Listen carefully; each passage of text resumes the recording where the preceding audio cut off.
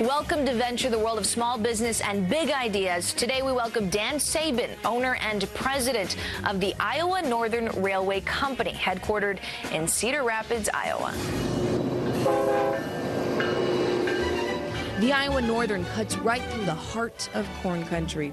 The short line railroad runs diagonally, north to south, from Manly to Cedar Rapids, Iowa. In 1994, Dan Sabin bought the struggling line that at one time was part of the Chicago, Rock Island, and Pacific Railway Company. 8,000 miles of modern steel rails are in its network. This is a fabulous empire, this Rock Island wonderland. Now, the 163-mile stretch of rail chugs away, servicing ethanol plants and grain processing facilities through Iowa's agricultural heartland, where it calls multinational conglomerate Archer Daniels Midland one of its customers. The ethanol boom has helped the little rail company that could become one of the most profitable short lines in the U.S. When Sabin took over, the railroad handled just 15,000 revenue cars, and by 2008, that number had grown to more than 45,000. Capital improvements on the line helped bring the average track speed from less than 10 miles per hour to 30. It's not all grain on the train. Sabin is also owner and operator of the Hawkeye Express, shuttling vans to football games. Well, it's really exciting from the time of the first train when you get the security people and some of the tailgaters. And it hasn't always been full steam ahead either. Last year's flooding of the Cedar River wiped out the line's critical Waterloo Bridge. It still isn't fixed, and rerouting has been costly. Also, the industry as a whole has taken a hit. The Association of American Railroads said May U.S. rail carload traffic was down 24.7% year over year. Nevertheless, Sabin plans to spend an additional $55 million over the next 5 years, betting that the Iowa Northern is a train bound for somewhere. Dan Sabin with us today. Thank you so much for coming. Thanks for having me. So the railroad business, very much a part of who you were from a very early age, correct? Yes. Talk to us a little bit about that. Well, my dad was a locomotive engineer. He started in 1944 as a steam locomotive fireman in Manly, Iowa. And my brothers all went on the railroad. There were 5 sons, and 5 of us worked on the railroad by some point. And I hung around the railroad constantly, and I had the opportunity to start when I was 15 in 1968 as a student telegrapher. And I worked as a track laborer and a number of things, and then I became the youngest train dispatcher in the United States when I was 18. And then I started going to school, wanted to get my degree and go into management. And you eventually ended up at CSX, correct? Yes, Canadian Pacific, then CSX, and then out on my own. And you co-founded a company at that point. Yes, there was a company called Iron Road Railways. We started short line movements with the Iowa Northern and in the New England. So what was the experience of starting up that kind of first venture? Well, it's pretty exciting. A lot of the big railroads had given up on a lot of these lines. And what year was this again? This was in 1994. Okay. And the East Coast was having a real rough time with railroads in those days. A lot of industries left, New England in particular. The Iowa Northern was kind of in its last breath in the Midwest, and I knew one of the original presidents of the line and worked with them a bit as a consultant, and they were about ready to give up. So the directors asked me if I'd find a buyer for them. I said, yeah, I'd be happy to if I could be considered as a candidate to buy it. It would be going home for me. And I knew what it could be. It was in very bad shape. So first off, the first question being, where did you get the funds to buy it, and how much did you buy it for in 1994? Well, in 94, believe it or not, we worked out a deal we raised $250,000 as down payment, and the grain elevators along the line owned it, so I paid them back at $35 a car, which is a penny a bushel, and we had them paid off in about 4 years. We ended up spending about $2 million to buy the railroad. So you kind of did a barter. We did. And we doubled the service immediately, and we really worked hard to get their costs down. Their freight rates were higher than trucks, so they had no incentive to ship by rail, even though they owned it. and we changed that fast. We were profitable within about 4 years. And we're going to talk a little bit about that model and the business. But first off, for our audience and also for myself, tell me about short lines. Where do short lines come from, and how do they differ from the big lines? And what's the scope of short lines in the U.S.? Well, there's about 800 of us now, and most of us are spin-offs from the large railroads who had either gone through a bankruptcy or just after the Staggers Act in the mid-'80s, they started looking at lines that had low density and decided that it might be a better way to save the industry by spinning those off. So eventually about a third of all the track miles in the United States were spun off. And a lot of folks like myself, maybe a little more risk-averse and a little less bureaucratic and willing to try some new things, got into the business, and by far most of them are very successful now. And what did your family think when you returned to Iowa? They're going to buy what your dad used to work on? Well, a lot of people think I was crazy to come back to the Iowa Northern because it was in such bad shape, but it was really fun to get back to Iowa. It's where my roots are, and I know I could make a difference. Dan Sabin, the current president of Iowa Northern Railway. You're watching Venture. Stay with us.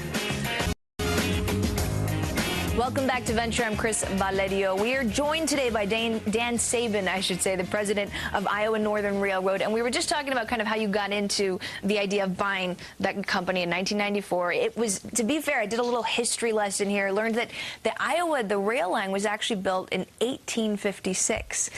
And your line is very old as well, correct? Yes, our line was built mostly in the 1870s. I think it arrived mainly in about 1876. And when you got to the line in 1994, when you bought it, it wasn't in very good shape, correct? No, it was in very bad shape. There were very bad track conditions. There were 5 locomotives, but generally only one would be working at a time, so it was very difficult to move any traffic at all. What was the customer base at that point for the line that existed before you took it over? There were about 15 grain elevators on the line. They didn't ship to very many processors or anything, but we handled 235 cars a month when we took over, and now on a good month we'll do 4,000 carloads. And one of the things you did was you invested a lot of money when you first got into the company. You invested about, I think I read, $1.3 million per year since you've taken over that company, and you've increased that carload a ton. So talk to me about the growth, the building growth strategy. You told me in the commercial break, you were saying, you knew exactly what you needed to do coming to that railroad. So what were those steps you needed to do? Well, one of the things before we took over, the grain elevators on the line owned the railway, and they were trying to manage by holding costs down. So they kept increasing the freight rates, hoping to match that cost curve, and as a consequence, they were less competitive in their own marketplace. So what we did when we took over, they had 64 grain cars. They were working just several days a week. We put it on a daily schedule. We went out and got several hundred hopper cars, started looking for some better locomotives, and we ran with daily service. We were able to turn the equipment much quicker and be far more efficient. And then we cut all the freight rates by 20%. And how quickly did your business increase at that point when you made those initial changes? It was roughly doubling every year then. We were profitable within about 4 years. And then we started putting more money in the track. We had some state grants. We had a few federal grants that came along, and every time we picked up a dollar, we put it in the track and bought more cross ties. And then the ethanol boom came, correct? It did. And so let's talk a little bit about that, because that's a huge part of what the rail transports at this point, correct? On both ends of the production line. It is. ADM has a huge ethanol plant at Cedar Rapids. When we bought the line, they didn't even ship corn to ADM in Cedar Rapids, and now we do about a third of all of their grind, and that represents about close to 17,000 cars a year. And then we encouraged a company to build an ethanol plant on our line, and we gave them good service. We gave them route options. Very few short lines have more than one railroad connection to the outside world, the system, if you will. And what we did, we have 5 connections, or 5 outlets to the other railroads, so we can kind of leverage the big railroads a little bit to get better freight rates, better service, and it makes our customers far more competitive. And how does that work? How does that licensing for those different areas work? The actual 5 connections to the other lines? lines work? How does that money transaction happen? What we do typically is the short line will go on what's called a Rule 11. We'll set a price for our portion and send the customer the freight bill for our portion, and then we interchange it to the major system, and the customer has through rates then on the entire network.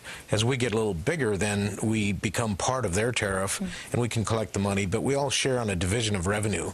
It's generally based on mileage and what markets it's serving. Okay, now how did you secure that ADM contract? What were the steps to getting that? And when did that happen exactly? And how much did it did it increase your business at that point? Well, it was very big. In about 1994, as I say, there was no business going to ADM. We had one elevator that had merged with another firm, and they had a lot of experience with ADM, so they introduced us to ADM. Prior to that, we'd go down and call on them. We couldn't even get in the door. We were just a mom-and-pop shop, and they really didn't have a lot of confidence in us. So after about 5 years, they gave us a chance at it, and our service became very, very dependable, and we went to a just-in-time delivery. So literally at 3 p.m., they put an order for the corn they want at midnight that night, and that's what they get. They don't have any more, any less, so they don't have a lot of the inherent costs of detention or demurrage.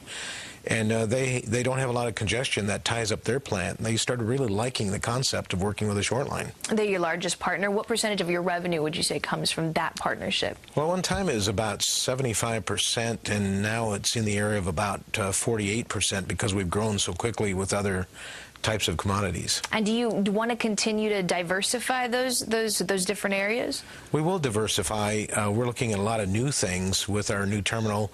We handled the John Deere tractor business, mostly exports out of the Waterloo Works for Union Pacific. And a few years ago, Union Pacific came to us and said, we'd really like to focus on wind energy, and we think that Manly is the place to put it. And I want to talk about that when we get back. Dan Sabin, the owner, the president of Iowa Northern Railway Company. You're watching Venture.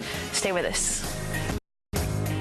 Welcome back to Venture. I'm Chris Valerio. I'm joined today by Mr. Dan Sabin, the president of Iowa Northern Railroad, and wanted to ask you, before we get into this wind power, which we were just talking about in the last block, but first, let's talk about that facility in Manly's, because that was one of the biggest capital improvement projects that you have really had. Tell our audience a little bit about that project and what it's done for business. Well, what we decided about 4 or 5 years ago was, as the ethanol industry matured, there were a lot of customers who built their ethanol plant on one single large railroad. And we decided that as the market evolved and the renewable fuel standards showed what the building of that market would be, we took 100 acres and we joined with a family from Buffalo Center, Iowa, the Kewitts, who had a company called LB Transport. It's an ethanol truck company.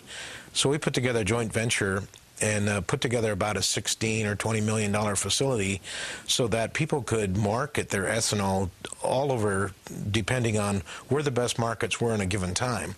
So if they were, say, on a Western carrier where they had access to Los Angeles or Texas, the best market might be New York Harbor. And we had good freight rates with the Eastern carriers, so we were able to work out a means of having that ethanol trucked into Manly. We'd stage it and then build 100-car unit trains to New York Harbor or Albany or Baltimore, wherever the market was hot. And it allows the customers to tell us where they want to be, and they're not captive shippers if they're on Iowa Northern. And how much did it cost to actually, how much did you have to invest into that project? Well, we started with $1 million apiece. And then we borrowed $4 million. And then we had another company, Keenan Advantage Group is a large chemical truck company.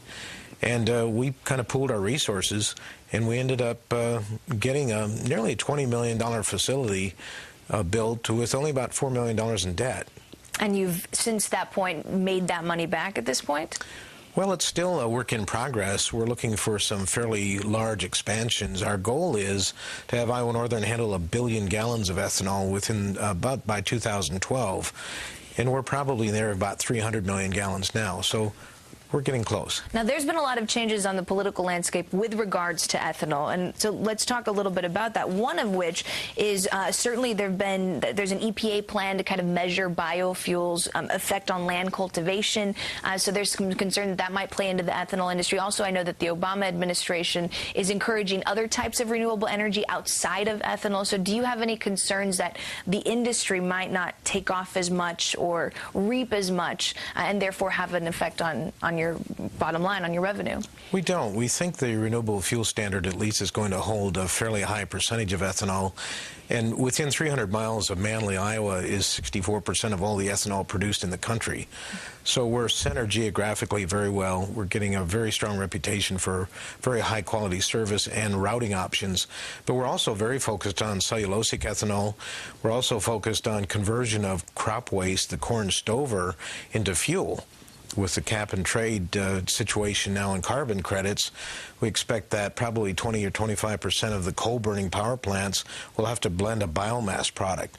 So we're working toward the concept of having the crop waste pelletized and then shipped to utility plants and even exported worldwide as a fuel. So diversifying, certainly key to your company. And a lot of one of those diversification areas you mentioned was wind power. Talk to me a little bit about how you guys have gotten in on that area. Well, when you stand at Manly, you can look in any direction and see about 300 or 400 wind turbines. And about 3 years ago, the Union Pacific came to us and said that they really wanted to focus some attention on the wind energy and moving the components. And they had 5 or 6 sites selected. And they said, Manly, Iowa is right in the middle of where we need to be. So we'd like you to be the last mile with us. And so a lot of the originations start on short lines on the first mile. And then the UP brings them from California, from Texas. We get them from the East Coast. We get them from Canada. And last year we did about 900 carloads of wind turbine components in the Manly terminal. And now we're looking at about 3,000 this year. And we're with Mr. Dan Sabin, president of Iowa Northern Railway Company. We'll be right back. You're watching Venture. Welcome back to Venture. I'm Chris Valerio. I'm with Dan Sabin, the president of Iowa Northern Railway. Let's start by talking about the flood first off, because obviously it damaged one of your main bridges. It's hitting us very hard, as well as our customers. The 300-mile detour, fortunately, Union Pacific really came to our rescue. And as soon as the bridge was down, they own the bridge, but we're the only ones that use it. And they said, let's work together to really take care of your customers. And ADM being our biggest customer at the time, the bridge went down. We started detouring trains 300 miles, literally up to Manly, then down the UP spine and over to Cedar Rapids. And ADM stepped up to the plate. They gave us they prepaid their freight bill for a while so that we would have cash to make payroll. And UP's been very, very good. They're really standing by us. Canadian National has come in now. We've got a little shorter detail for some of our corn with them. And it still hasn't been built, correct? No. My son is very active in government affairs, and the day the bridge went down, he was on the phone with Congressman Braley's staff from our district in Iowa.